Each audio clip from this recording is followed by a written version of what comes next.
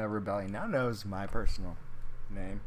Anybody who Charging battery. hasn't watched the montages, that is, Charging in the battery. credits, because I always put my name in there. Usually, I'd always put myself under my social media name, Rebel777, for the producer, and director would be under my personal name. Whatever. So here we go. What's up, dude? Well, here we go. I mean, my first question revolves exactly around that. I mean, I knew you in high school. It was a long time ago. It was a huge throwback. And when I knew you, it was all about gaming. It was all about building, whatever system you could to make those games work for you. It's funny though, because didn't I have wasn't I one of the first people in town to start doing TV to PC? Something like that. So. Yeah. You ran your system off of a fucking cardboard box. TV. Yeah, it was pretty janky, man. But like you had certain games you wanted to play, and that worked. You made it work for you. And the funny thing is, yeah. the great thing is, like a lot of people on this Twitch channel, they know that I play Call of Duty. They know that. They've known that for at least 2 years now. But what they don't know is where I started my first-person shooters was probably within the ranks of Unreal Tournament. Mm-hmm. Yes. And then Call of Duty, I can't remember what the name of it is. It's like Call of Duty.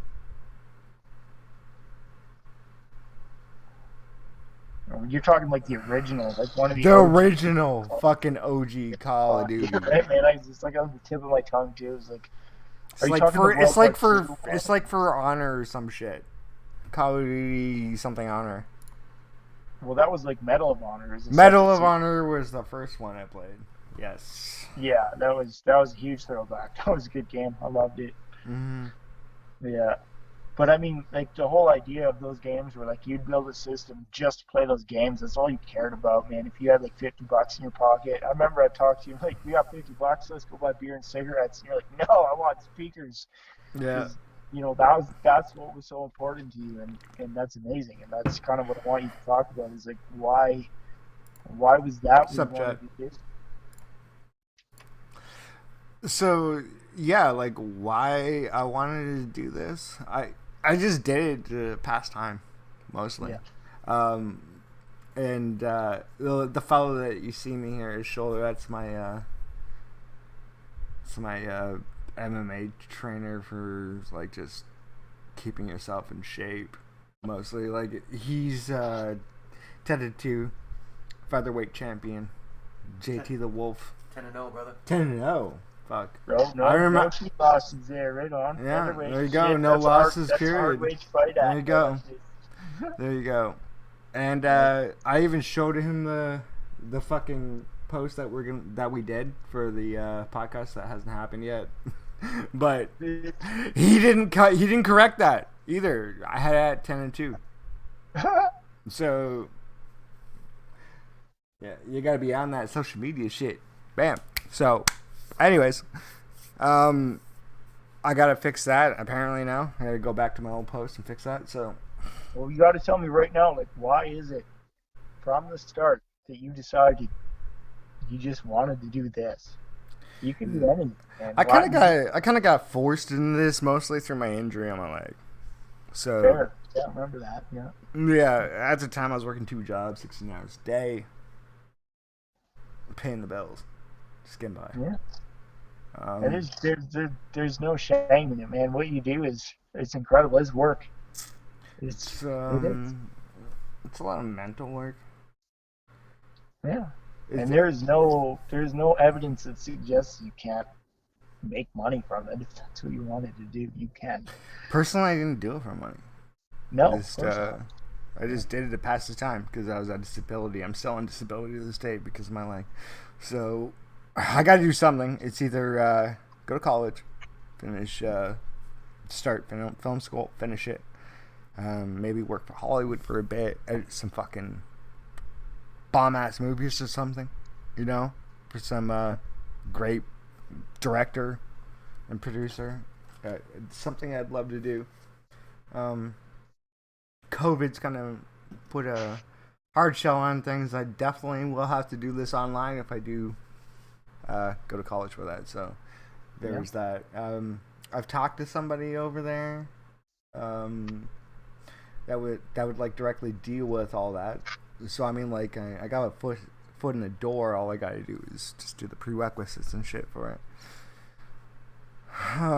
Which is essentially, I believe, if you want to get into Toronto Film School in Canada, you've got to have a. It's more of a critique of a movie that you're very close, near and dear to, and you just have to be able to explain all those things that we learned through Comtac when we were in high school, right? So, like how the storyboarding goes together for it and all that kind of thing. Yeah, they want to know what your essentially they want to know what your foundation is. Do you know that you need a storyboard? Do you know how to write a storyboard? Do you know how to write a script? Do you know how filters and editing works? Stuff like that.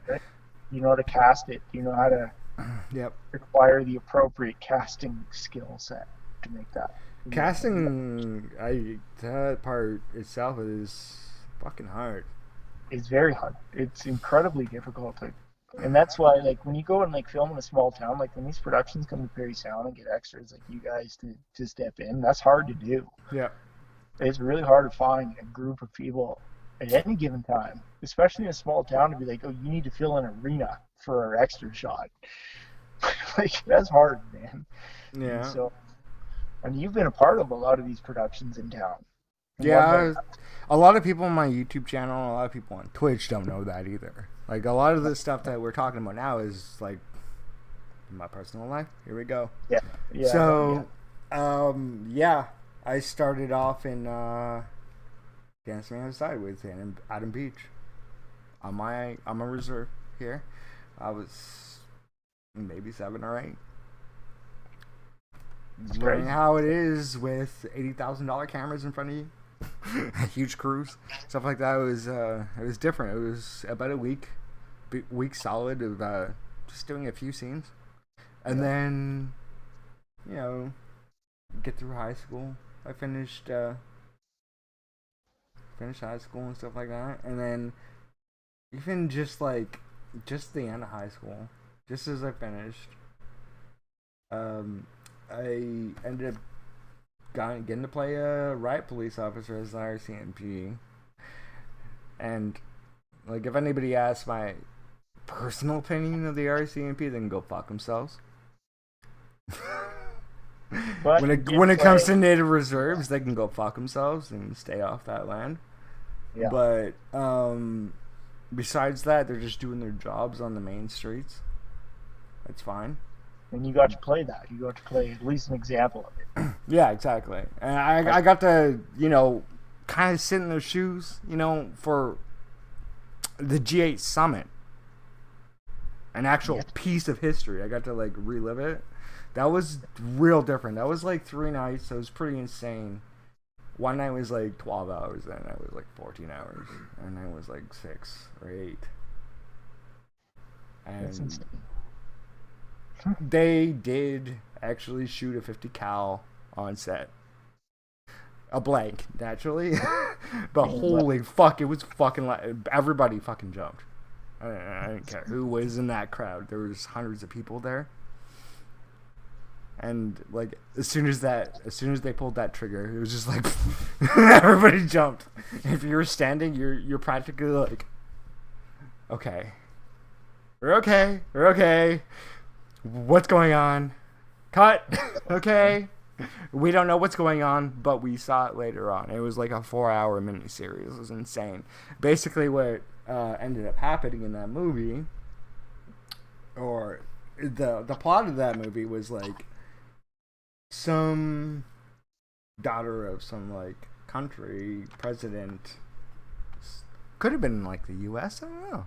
I can't remember. It's been a long time. 2010 was when the film came out, and then like the film before that I did was like 1994, and then there was a lot of other films after that. I'd actually have to like talk to a few people I've worked on sets to like get all the names and shit, but there's like eight films at this point. Great. You've done a lot of work, man. Isn't that crazy though when you think about it? Like, yeah, you love playing games. Yeah. We're gonna get into another subject after this, but film has been huge for you. Not only have you been in these productions, but from what I remember of hanging out with you, you always loved these movies like Wind Talkers with like Nicolas Cage. I remember watching that one with you. Nicolas Cage is the man. I don't care what anybody thinks. He's the fucking best man, actor. He's the best actor out there. You just love this shit. Like, you love watching these movies and interacting with them beyond the actual movie, and that was insane. And then you got to be a part of making them. Nobody can look down on that. That's incredible. Like, yeah, I was making fuck all for cash though, but it was way better than what I was doing for whatever job I was taking at the time. But those days working on set, I'm sure they were incredible, man. Like, you'll never forget that. Absolutely not. No. And then that leads me kind of into another topic that is really important, I feel, to what I know of Preston and his past, his music. And it started from the very beginning. It was an absolute obsession with playing the guitar and listening to music and trying to figure out how to play those songs. And so now that's another facet of creativity that he brings to it. And Preston, like, why in the fuck are you capable of all these things, and especially music? What made you just want to spend so much time on it? What, music? Yeah, absolutely. It's the only thing that made sense to me, and besides people. Like, people didn't make any fucking sense to me. I didn't want anything to do with them, to be honest. In high school, you just don't give a fuck about people at the time. Like, you just want to get out of there. You want to get on your life. You want to start, like, blazing that trail. Yeah, we spent so many days just trying to escape school. We'd fucking just get out into the town, Preston and I. It was amazing. The crazy thing is, like, I took accounting, right? Yeah. I swore up and down through grade 12. I failed that. I had a 69 or something like that. That was fine. I was like almost in the high 70s. And after I got my transcript, like, I didn't like originally graduate like everybody else did. Like, I took 2 years off because I had a girlfriend in the house and stuff like that. We thought she was pregnant and stuff, and bills were catching up with us, stuff like that. Just life stuff, So, I mean, here we are now. I'm playing video games. It's past time. I'm on disability. Like, I don't make any money really doing this, but hey, it's something to pass the time. Something to connect, allow people to know that, like, hey, you can do something as long as you continue to keep doing it. You just gotta hunker down. I don't care if I sit here with one viewer on Twitch, but my close to 400 viewers usually hit anywhere from 200 to 300 views on the best videos. Oh man, like, I get that, and all that. Those are small numbers. In degree, but I mean, like, when you think about it, anybody else can make a YouTube channel. Anybody can make one. But, like, getting people to stay out of your channel is one thing. The one thing that I have trouble on YouTube, man, this is out to the rebellion. You guys gotta start sharing that. Whatever you like, whatever you watch, I'm not telling you to like it. I'm just saying whatever you like, whatever you love, smash the like button, hit the share, because it's not getting out. It's not getting out if you just watch it and go on to somebody else's video. Like, it's not helping my efforts. It's not helping anything. All I can do is put out the content. All I can do is put out where I think I'm supported. I've got other friends that got, like, 10,000 to 100,000 followers and stuff like that. Some people will drop fucking, and they'll just give me a slot in a bot, and sometimes that helps, sometimes it doesn't. But at the same time, like it really boils down to those shares. I can't do it all. All I can do is I could be the best player in Call of Duty today if nobody's sharing or liking. It ain't getting seen. So that's just how she goes in the social media world. There you go. Well, let me interject there because I 100% agree with Preston. Like, I mean, the fact remains is you have to support the creators one way or another. Yeah. If it's Patreon, if it's... I'm not asking for money. I never asked for money for like the first 4 years. And then and it's not even even about money, but it's like if you like a video by somebody, of course, yes, thumbs up, subs, 100%. But dig into them more, like watch other videos that they've made. Spend like the 5 minutes it takes to check into something they've done, and even the people they follow as close friends. Like if that's what you like, then give them a chance. Go through it, like what you like, and subscribe, obviously, and that'll go a long way, right? I think it will. I used to kick my old boy Dan. I used to kick him in the ass all the time because like he'd go through these periods where he just wouldn't stream. Yeah. And the man's got a lot of kids. He's got like 5 or 4 kids. So, I mean, like I get it, but I used to give him shit too because like he wasn't doing anything besides like watching his son and stuff like that. And that's very open. It's very public on his channel. His son's got like a genetic disorder where like he has to be like stuck to his bed, so he's like on disability from birth, kind of deal. So there's that, and he's like in a wheelchair, kind of deal. But I used to kick his ass because like I'd be struggling to get like my 200 followers, right? And he'd be sitting at like whatever. He'd be like around my level, but he wouldn't do what he was supposed to do, and what I do enjoy that about him is that he's Mr. Dan on Twitch. Let's see if I can pull up his Discord here and see if he's changed his YouTube name or his Twitch name or anything like that, because I haven't seen anything from my boy in forever. And like I said, I was giving him shit, and to this day, I'm glad he did because he has 9,000 followers or more. Well, let me ask you this. Like, when you make a Twitch video, are you trying to entertain somebody or are you trying to chase followers? Because that's a huge question. Followers, you don't chase followers. No. You don't. You can't. Somebody who follows you will follow you because they enjoy what you do. Exactly. A lot of the times, like, I've been, like, checking into a lot of people that I used to follow and a lot of people that were on YouTube that have made the transition over to Twitch recently, and I've listened to a little bit of advice and I really thought about that, and here we go. So I'm gonna give a shout out to Cherry Blossom on Twitch. She gave this advice last night over there when I was checking her out quietly, and somebody asked her a question. It was a very specific question. This girl's got like 70,000 followers or more on fucking YouTube, so listen up. Here we go. This person asked, Chari, what is your advice for a new streamer? I didn't really think of this. And she kind of like hit it. She hit it right on the fucking dime. I want to say right now what she said. She said, okay, what you want to do as a new streamer, you want to, whether or not there are 1 or 0 viewers on your channel, speak out. Whatever you're thinking, just talk to that camera. All right. There you go. Somebody could be in your stream right now, just clicked in, and you don't know that. If you're sitting there and you're just kind of like, oh shit. Oh, you got me. Can you buy me back?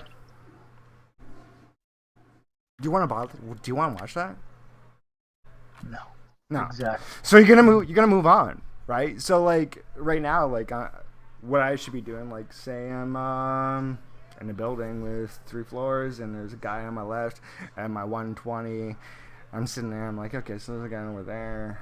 He's probably got a boy waiting for him or whatever, depending on what I'm doing, right? If I'm in squads, if I'm in trios, or if I'm in solos. What I should be doing is I should be like mentally telling the audience what I'm thinking about doing before verbally. I do it. Yeah, verbally. Yeah. Otherwise, like, you know, people can sit there, they can watch, but they're probably just gonna move along because, you know, you're just sitting there like, oh. And that's the thing, like, and I'll speak now, like, you interrupt the Twitch stream because maybe you're new to gaming and this is the first time you've ever seen a game. Yeah. And so maybe you're clicking through and you find yours and you're doing that. But of course you click on. But the same thing is true with like ASMR artists, like on YouTube. Like the ASMR thing is different. But it's the same idea. Like they do the ASMR, but they also have their life involved in it somehow. Like there's always a video that says, "Oh, this is what's happening to me today," right? And they're bringing their life into the audience while still producing that content, right? And the same thing is true with your gaming and Twitch streams, right? Yep. If you're playing the game and you're kind of discussing what's happening in your world at the moment, it's going to bring people in. Like they're going to be interested in knowing, hey man, what's going on with this guy? He plays Call of Duty amazing, and he talks about shit that's going on in his world. Like that's the content I like on YouTube. Is both like, okay, here's an example. One of my favorite YouTubers is like the Nelk Boys. They pull these pranks in all these companies across North America. They're amazing. They're funny, but they also have like a vlog that brings you into their world, and so you're more connected with what they're doing. And so if you can do that as a streamer, like and bring your life into the game, that's what I would want to see. I'm no expert, but like I'm not going to click past something like that. Bring my life into the game. Exactly. My life is the game at this point because I'm on disability. So exactly. At this point, it's like what I've noticed, like I'm not a YouTuber, but like I hang out with a bunch of them and like some fitness YouTubers, and they get like all these suggestions from their viewers that help them out in one way or another. Like they'd be like, "Oh fuck," if you say, "Oh fuck shit, man, I couldn't afford to buy groceries this month or whatever," they were like, "Oh, did you know you could do this, this, and this?" And it actually helps you find a way to solve whatever problem you have in your life. Yeah. So your subscribers actually become part of your family. They do. Exactly. But you got to bring them in. You got to give them a reason to just kind of want to be there, share your life with them, and I think that'll work. From what I've seen. I haven't done it myself. Well, I've started that. I've started it. It just a lot of it boils down to, you know, exposure. Exactly. Really. A lot of this time, you know, like a lot of big streamers will tell you, you got friends, you got family. You shouldn't be sitting at one viewer in the beginning of your stream. Right now, we're sitting at one viewer at 23 minutes and 28 seconds. Yeah. And so, like you. like I said, this is the fucking grind start to Twitch. I used to get anywhere from, you know, 5 to 21 viewers over on YouTube. I made the switch.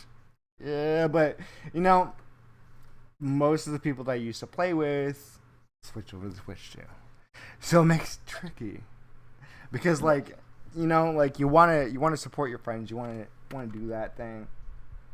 You want to be able to host them. You want to be able to do whatever you can for them. That, especially if they're squad mates and stuff like that. Especially if you know that, you know, they have potential. They've got something that, you know, that they can put on for some sort of entertainment. Some people are just damn good at what they do. I had to work for everything where I am now, and I'm not even like your 3 or 6 KD ratio player. And the thing is, like, the only way you're gonna get that good is if you have a team that is that fucking good. Everybody on your team should be at least a 1.0 or a 2.0 if you want to keep that KD ratio. So say you want to build a clan if you're not up to standards, it might be hard to build a clan. So exactly.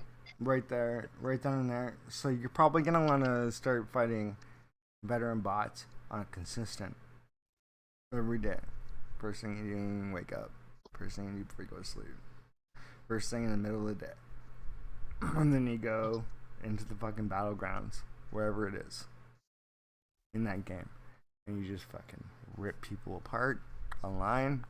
Or you do a damn good job and pat yourself on the back if you've done better than you did the day before. At the end of the day, when it comes to Call of Duty Warzone, your first priority should probably be get the cash, keep your teammates 4 houses within each other. And by that, like, for instance, if you're landing in the hills, all your teammates should be landing right next door to each other.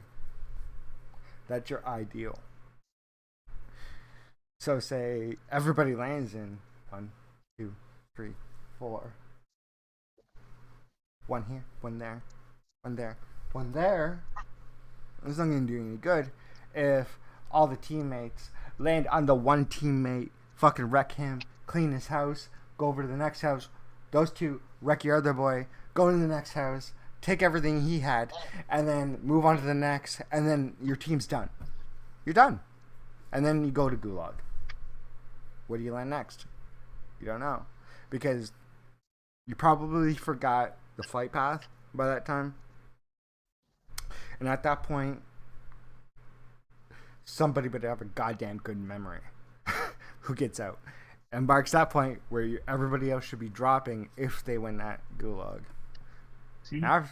And your first priority should be getting a goddamn loot box that you use your multiplayer game for one. And you should be running Ghost and at least Cold-Blooded. A lot of people run Overkill. But if somebody's running anything like a drone, a UAV, or an advanced UAV, guess what? They know where you are and you don't know where they are. You're guys set at a disadvantage. There's a lot of things, there's a lot of variables that you got to think about with BRs. You only got like 2 chances really in Warzone, unless your team is doing exceptionally well. Everybody's making like 4K or more. When we won the 31 kill game, I had probably made about $50,000 that round. At the end, I made sure everybody got a self-revive. Made sure everybody had a munitions box and their loadout. And we stayed real close-knit to each other, no matter what. And that's what got the win. You guys that want to be the next Nadeshot, that want to be the next Shroud, that want to be the next Scump, if you want to learn how to win, you need to have a winning team. And you can't just land wherever the fuck you want in Warzone. PUBG, you could probably get away with that. Not in Warzone. And I'm going to tell you right now. So what's the next question? You see that? And that was a very long, call it a ballad, really. He expresses passion towards what it is he knows how to do. And that's incredible in any field. Take a doctor, a lawyer, an actor, a singer. They are 100% invested in what it is they know how to do. And the way he just spoke, Preston did, about how he plays his game, and that is passion. Who cares what his ranking is in the world? That's exactly what he wants to do in life, and he loves it, and he knows it. And so my final question really leads to that. Where do you want to continue to grow? What do you want to do next? What do I want to do next? What is your strategy to just get it? Full send, no half sends. It really depends where your teammates are. It really depends on your teammates. In the day, I don't care how good you are. You can carry a team, but if they have no map awareness, if they have no loadout awareness, if they have no any awareness for that game, you're basically draining them. You're not doing But anything. selfish of that, like, who cares about your team? Like, what is your ideal situation? My situation is having a good team that knows how to cover your fucking back. Okay. You know how many So times you I want, die because I get shot in the back? you want to play in like in a team like FaZe or Yeah, the other one? Is that that's ultimately my my ideal goal. I'd love to play with a team that knows what they're doing. You okay? know, Great. that's tricky, and a lot of people are just getting in the war zone. There's been a huge talk between Modern Warfare 2 Remastered and the new Black Ops coming out. We're probably not gonna get another multiplayer in the new Black Ops. And if we do, we'll get a new multiplayer, but we aren't getting a VR, and they're gonna keep Warzone. And it's just gonna keep evolving. So say whatever guns you get in the new game are gonna end up in Warzone next season. But how is That's how Warzone it's gonna making go. money? How is Warzone making money for them? Like, can you buy shit in this game? Yes, you can. Oh, okay, and that's how they're making their money. You Okay. can buy operators. You can buy gun bundles. You can buy bundles to support FaZe. You can buy bundles to support the Huntsman. You can buy bundles to support Optic Gaming. I see. Yeah, I see. That's how they it's make their money. that's how they make their money. It's there in the Fair, store. fair enough. Okay. Yeah. There's many avenues on that, and a lot of people were like, no, we don't want this, we don't want this, we don't want this, we don't want any um what's the term for that? In-game monetization, or is that what you're thinking? Not monetization. Oh yeah, that's like Like obvious. Microtransactions is the term, yeah. Yeah. Yeah. Yeah. Well, I mean, like, I guess Ubisoft is known for that, but I don't really know a whole lot about it. But I mean, A yeah. I lot mean, of a obviously, lot of it was mostly they don't want pay to win. Who would yeah. want pay to win? Nobody wants to pay to win. No, You that know? obviously instantly upsets the balance. But yeah. Well, yeah, it's a sport at the end of the day when it comes to Call of Duty or any of those games. Like Well, exactly. I think esports has become the new next thing. It's struggled. It's had its ups and downs, and now it's kind of like at that point where it could make it or break it. well, At and that's this the thing. point, Like, esports, all the best esports, successful esports franchises, called them franchises like Optic, FaZe, they have another element, and that's social media, fan engagement. They have all of that shit that's above and beyond the game itself. That's what makes them successful well, there's over definitely anybody. cold hard facts. Yeah, definitely. Like, there's so many things they do outside of just playing the game, which they're amazing at, of course. But I think in my version of success in that industry is exactly that. You have to become part of a team that is obviously good at the game, you're going to win, but has that social media and that outside exposure and that whole other element to what they do every day. That's how those successful gaming houses are successful, I think, is because they can do that. Not only that, but they were doing things that people didn't expect to see. Yeah. You know, like